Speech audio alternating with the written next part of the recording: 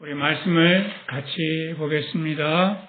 사도행전 26장 24절에서 29절.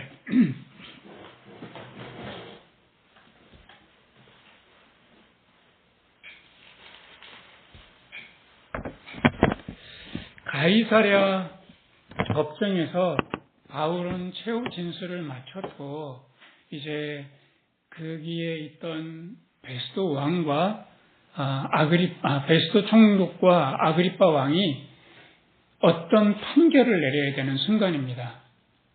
유죄다, 무죄다 라는 판결을 내리는 순간인데 그런 판결은 내리지 않고 바울의 최후 진술을 들으면서 했던 그분들이 느꼈던 감정들을 막 쏟아내는 거예요. 어떤 말들을 하는지 한번 24절 베스도의 소리를 한번 들어보겠습니다. 바울이 이같이 변명하매 베스도가 크게 소리하여 가로되 바울아 내가 미쳤도다 내 많은 학문이 너를 미치게 한다 하니 이 베스도는 이스라엘 사람입니까? 로마 사람입니까? 로마 총독이에요. 이 로마 총독의 입장에서 바울의 그 변론을 들어보니까 너무 학문이 많은 것이 너무너무 똑똑해 보이는 것이 근데 그 너무 똑똑하고 학문이 많은 것이 저 사람을 미치게 한 거 아니야? 그리고 이런 생각이 드는 거예요. 너무 논리정연하고 내가 어떻게 그렇게 예수를 만나서 이 부활의 예수를 따라서 내 삶을 살아왔는가를 말할 때 아니 이런 생각이 드는 거죠. 저렇게 똑똑하고 저렇게 학문이 많고 저렇게 논리적인 사람이 이렇게 죄수가 돼서 살아가는 거 이거 말이나 돼? 이 로마 총독의 그 욕망으로 생각해보자면 자기의 욕망으로 말하자면 나 같으면 그렇게 많은 학문을 가지고 부를 쌓고 명예를 쌓는 데 사용하겠다. 저거 저렇게 살아가는 거 보니까 뭐 한 거 아니야? 이거 미친 거 아니야? 라고 생각이 드는 거예요. 자기 욕망의 차원에서 생각할 때 말이죠. 그러니까 저요 미치고 이런 정신을 못 차린 상태가 아니라 내가 정말 참된 마음으로 이렇게 말씀을 하고 있는 중입니다. 라고 하면서 26절에 바울이 이제는 아그리빠 왕에게 이런 말을 합니다. 같이 한번 읽어보겠습니다. 왕께서는 이 일을 아시기로 내가 왕께 담대히 말하노니 이 일에 하나라도 아시지 못함이 없는 줄 믿나이다. 이 일은 한편 구석에서 행한 것이 아니로소이다. 아그리빠 왕이요 선지자를 믿으시나이까? 믿으시는 줄 아나이다. 자 이제는 이 로마 총독 그 다음에 아그리빠 왕이 뭐라고 선포할 시간인데 도리어 바울이 선제적으로 말을 합니다. 뭐라고 하냐면 지금까지 제가 전했던 내용은 예수의 부활에 대한 것이고 이렇게 내가 고통을 당하는 것도 예수의 부활을 증거했다는 제목 때문인데 아그리빠 왕이요. 제가 전한 이 부활에 대한 내용이 이게 어느 한 구석에서 아무도 모르게 비밀스럽게 일어난 것이 아닌 줄 당신이 제일 잘 알지 않냐. 왕인 당신인데. 근데 이 부활을 내가 증거한 것 이것은 사실은 27절에 보면 누구를 믿으십니까? 라고 말합니까? 되묻는 것이 당신은 선지자를 믿습니까? 라고 말하자면 이 부활의 내용은 선지자들이 이구동성으로 전했던 내용인데 당신 선지자를 믿지 않습니까? 이럴 때 만약에 아그리빠 왕이 나는 선지자를 믿습니다. 라고 하면 바울이 뭐라고 말할까요? 당신은 그러면 왜 선지자들이 말한 부활을 믿지 않습니까? 라고 바울이 반문할 가능성이 아주 짙기 때문에 그렇게 나는 이 선지자를 믿는다라고 말 못해요.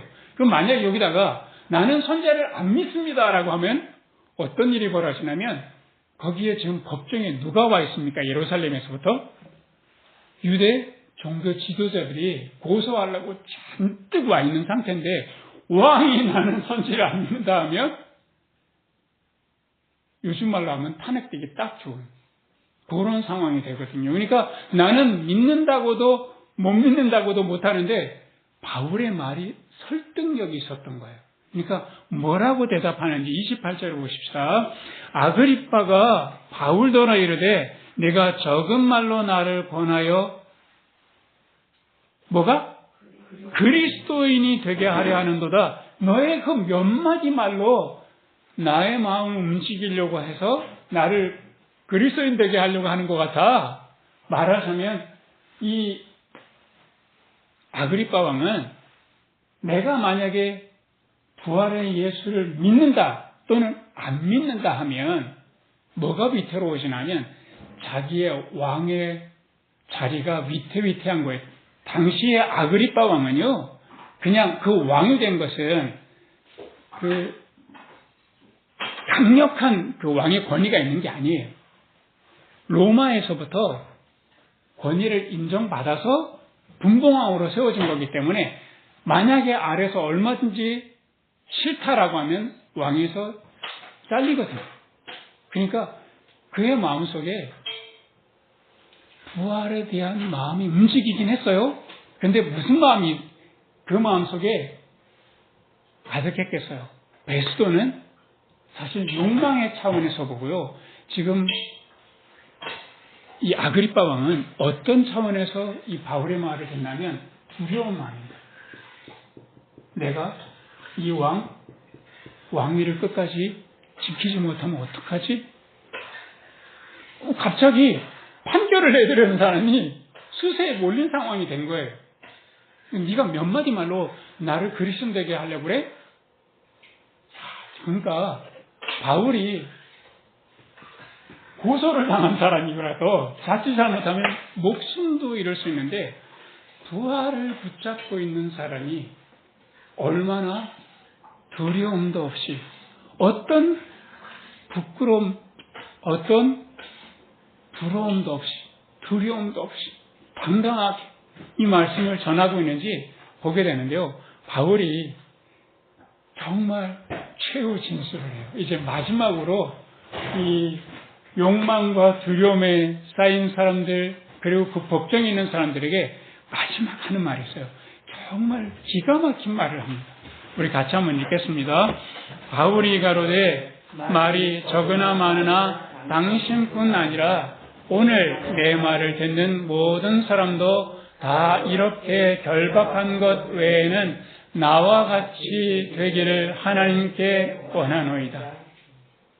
누구처럼 되기를? 이렇게 말할 수 있을까? 나와 같이 되기를. 지금 바울이 죄수의 몸으로 묶여 있잖아요. 나이도 많아요. 가지고 있는 부도 없고요. 명예도 없어요. 내일이 어떻게 될지도 모르는 사람이에요. 근데 이 사람이 뭐라고 하냐면 내가 보아하니까 당신들은 욕망과 두려움에 쌓여 있는데 내가 이렇게 결박된 것 외에는 나처럼 되었으면 좋겠다. 이럴 때 그 자리에 앉아있는 사람들이 코웃음을 칠 만도 한데 아무도 코웃음을 치지 못했다는 사실. 비난하고 이것에 대해서 다시 설왕설래 할 만한데 어느 누구도 그렇게 일어나서 말하는 사람이 없었어요. 그리고 마지막에 하는 소리가 이 사람 이렇게 결박을 당할 만한 일도 없었는데 만약에 이렇게 로마 황제에게 상소하지 않았다면 우리가 풀어줄 수도 있었는데 하고서 이 총독과 왕이 법정에서 나오면서 둘이서 수근수근했던 말이 맨 마지막에 나와요. 그러니까 바울이 나와 같이 되기를, 내가 이렇게 결박당한 것 외에는, 이게 바울의 당당함이고 부활을 붙잡고 있는 사람의 그 모든 사람이 진짜로 나같이 됐으면 좋겠는 거예요. 지금 이 26장의 내용을 간단하게 정리하면 이랬던 거예요. 바울의 고백은 이거거든요.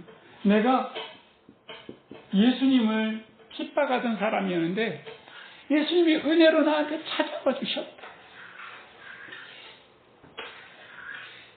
저주하지도 않고 나를 비난하지도 않으면서 내게 찾아와서 사울아 사울아 왜 나를 이렇게 핍박하냐 라고 하시면서 그 사랑을, 그 은혜를 허락해 주시는데, 이거는 거저 주신 아름다운 선물이더라.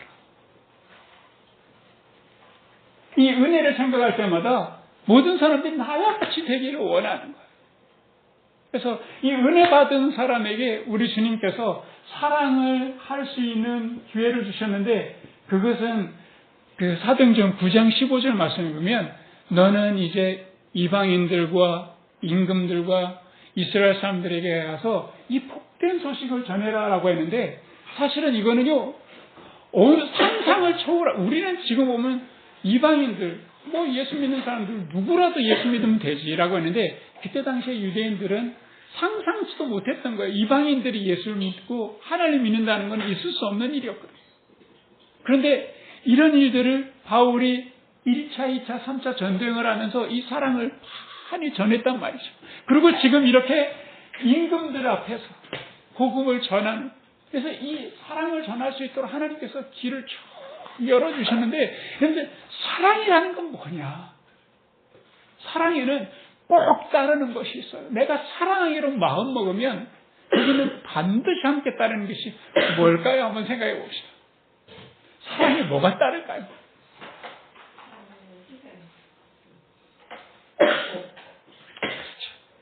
사랑에서. 그래서 정말 손을 놓고 싶을 정도로 난 이거는 더 이상 못할 것 같아. 이 고린도후서 11장에 제가 읽어드릴 테니까 손 꼽아봐서 바울이 수고하고 희생했던 게 몇 가지나 되는지 한번 들어보셔요. 손 꼽아보세요. 몇 가지인지. 옥에 갇히고 매도 수없이 많이 맞고 많은 돌로 맞고 파손하고 수많은 위협이 있었고 수고하고 애쓰고 잠자지 못하고 춥고 배고프고 헐벗었다. 몇 가지예요? 다 안 읽었어요. 이렇게 사랑하는 사람한테는 수많은 수고가 있어요. 수고, 내가 살아가는 동안에 내가 사랑하려고 하다가 수고를 당할 때마다 때로는 실망하고 낙심할 수 있는데, 잘 하고 있구나, 내가 잘 하고 있다라고 하는 증거라고 생각하시면 돼요. 주님의 그 남은 고난에 참여하는 거야, 이 사랑으로. 우리 주님께서 은혜를 베풀어 주시고, 그래서 결국에는 내가 사랑하다가 주님의 사랑을 닮아가는 거죠. 그러면 이 수고에서 결국에는 이 희생당하고 말 것이냐. 제가 지난주에 이렇게 말씀을 드렸는데, 주님께서 나를 부르시기 전에 내가 먼저 죽지 말자, 내가 먼저 꺾이지 말자, 내가 먼저 좌절하지 말자. 왜냐하면요, 우리 주님께서 그때마다 나를 오늘 삶 속에서 부활 생명이 어떤 것임을 확실히 보여주실 거거든요. 그래서 바울 정말 고생이 많았는데, 로마서 8장 35절에 오면 그가 이런 고백을 해요. 누가 우리를 그리스도의 사랑에서 끊으리요? 환난이나 곤고나 핍박이나 기근이나 적신이나 위험이나 칼이라 라고 하면서 그 고린도후서 11장에 열 몇 가지의 고통스러운 걸 말했는데, 그 어떤 무엇도 주님의 그 사랑, 그 부활의 능력을 이길 수 없더라 이거예요. 그래서 내가 확신하노니 높음이나 깊음이나 다른 아무 피조물이라도 하나님의 사랑에서 나를 끊을 수 없더라. 그래서 이 부활하신 주님을 따라가다가 수고를 많이 하지만 바울이 낙심하지 않을 때 끝끝내 우리 주님께서 바울을 수많은 부활을 경험하게 하시는 거죠. 내가 죽어서만 부활을 경험하는 것이 아니라 살아서 주님의 부활 생명에 끊임없이 참여하게 해주시는 거예요. 그래서 바울이 이런 은혜를 받고 이런 사랑 속에서 이런 부활을 경험하는 나처럼 됐으면 좋겠다 당신들. 이럴 때 그 걱정이 고요할 수밖에 없었어요. 왜냐하면 거기 앉아있던 수많은 사람들이 바울을 잡아보려고 암살단을 꾸며보기도 하고 여러 가지 베개를 꾸며보기도 하고 바울을 죽일 수 없었다는 것이 그 사람들이 너무나 많이 경험했기 때문에 바울의 그 당당함 앞에서 누구도 함부로 코웃음 칠 수가 없었던 거죠. 바울이 이렇게 말하잖아요. 결박한 거 외에는 라고 하는데 결박당한 거라면 문제 아니겠냐. 우리 이렇게 생각할 수 있잖아요. 언제라고 결박당한 게 문제지. 우리 살아가는 동안에 이건 오늘 또 내가 문제를 만났네. 이게 또 괴로운 일을 만났네. 라고 하면 자꾸 그 문제라고 하는 것이 그럼 날 한번 풀어봐. 너 잘 만났다. 날 좀 한번 풀어봐. 문제를 자꾸 풀어야 될 거라고 생각하지 마시고. 어떻게 보냐 하면 문제라고 보시지 않고 이렇게 은혜와 사랑과 부활을 많이 경험을 여태까지 해왔는데 이번에도 어떻게 은혜와 사랑과 부활을 경험하게 될까 하는 그런 신비의 관점으로 보면 어떨까? 경이로운 관점으로 보면 어떨까라고 하는 거예요. 살아가면서 우린 여전히 사랑할 일이 아직도 많이 남았어. 문제를 만날 수 있어요. 괴로울 수 있어요. 꺾이지 말자고요. 그때마다 이거 풀어야 될 문제가 아니라 누려야 할 신비야. 이게 어떻게 경이롭게 될지 난 지켜볼 거야. 다른 눈으로 보면 끝끝내 우리는 주님의 은혜와 사랑과 부활을 또 경험하게 될 거라는 거죠. 기대합시다. 저는 기대하는 마음으로 살아요. 여러 가지 내 몸이 아프기도 하고 마음이 아프기도 하고 여러 가지 잘 안 되는 부분들도 있고 그렇지만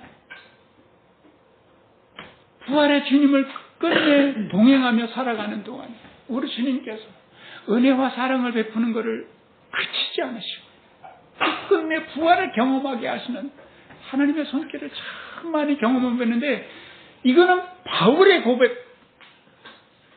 고백말이겠냐. 여러분들도 다 똑같이 경험했잖아요. 경험했는데 자꾸 우리가 나를 속이고 내 속에서 끊임없이 나를 자책하게 만드는 그런 어두운 세력이 내 안에 있어서 이것이 자꾸 부정적으로 문제라고 생각하게 만든단 말이죠. 그래서 우리 이제부터 우리의 삶을 문제덩어리라고 보지 말고 신비로 경이로 볼 수 있는 우리 모두가 되기를 주님의 이름으로 축원합니다. 내게 있었던 은혜와 사랑과 부활을 늘 경험할 수 있기를 또 축원하고 마지막으로 내가 이렇게 은혜와 사랑과 부활을 경험한 것을 내가 만나는 사람들도 그렇게 나처럼 경험할 수 있게 되길 주님께 간구하는 우리 모두가 되시길 주님의 이름으로 축원합니다. 우리 같이 기도합니다. 우리 주님, 감사합니다. 바울이 욕망 있는 사람의 눈으로 볼 때는 미친 사람처럼 보였고, 두려운 사람의 눈에는 바울이 참 비참하고 측은하게 보였을지 몰라도, 바울은 내게 주신 은혜가 너무나 감사했고, 사랑을 전할 수 있는, 부활을 전할 수 있는 그 부르심의 그 사랑의 손길, 너무나 가슴을 뜨거웠고, 고난의 힘든 가운데서로 결코 넘어지지 않도록 무수한 위기 때마다 부활을 경험하게 하시는 그 하나님의 은혜가, 하나님의 사랑이 너무나 경이롭고 너무나 기이했던 것. 그래서 바울은 이렇게 고백할 수밖에 없었던 거죠. 모두 다 나처럼 되기를 원합니다.